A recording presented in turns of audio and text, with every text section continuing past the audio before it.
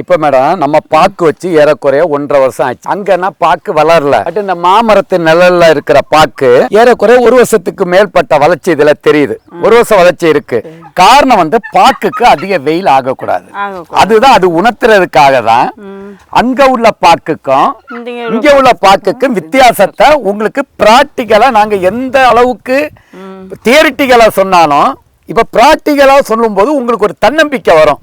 இப்ப புரியுதுன்னா மேடம், அதனாலதான் பாக்குக்கு கண்டிப்பா நிழலுக்கு தான் எந்த விவசாயியா இருந்தாலும் பாக்க தனிப்பயிரா போடக்கூடாது. தனிப்பயிரா போட்டா அதுக்கு நிழல்ல 2 வாழைக்கட்டை நீங்க கண்டிப்பாக வைக்கணும் என்பது அது உணர்த்துது. பாக்கு உணர்த்துது. இப்ப இதனுடைய வளர்ச்சி நல்லா இருக்கு. அப்ப நீங்க அங்க முதலே வாழை வச்சிருந்தா ஏறக்குறைய 1 வருஷத்துக்கு மேற்பட்ட வளர்ச்சி இதுல தெரியுது. 1 வருஷம் வளர்ச்சி இருக்கு.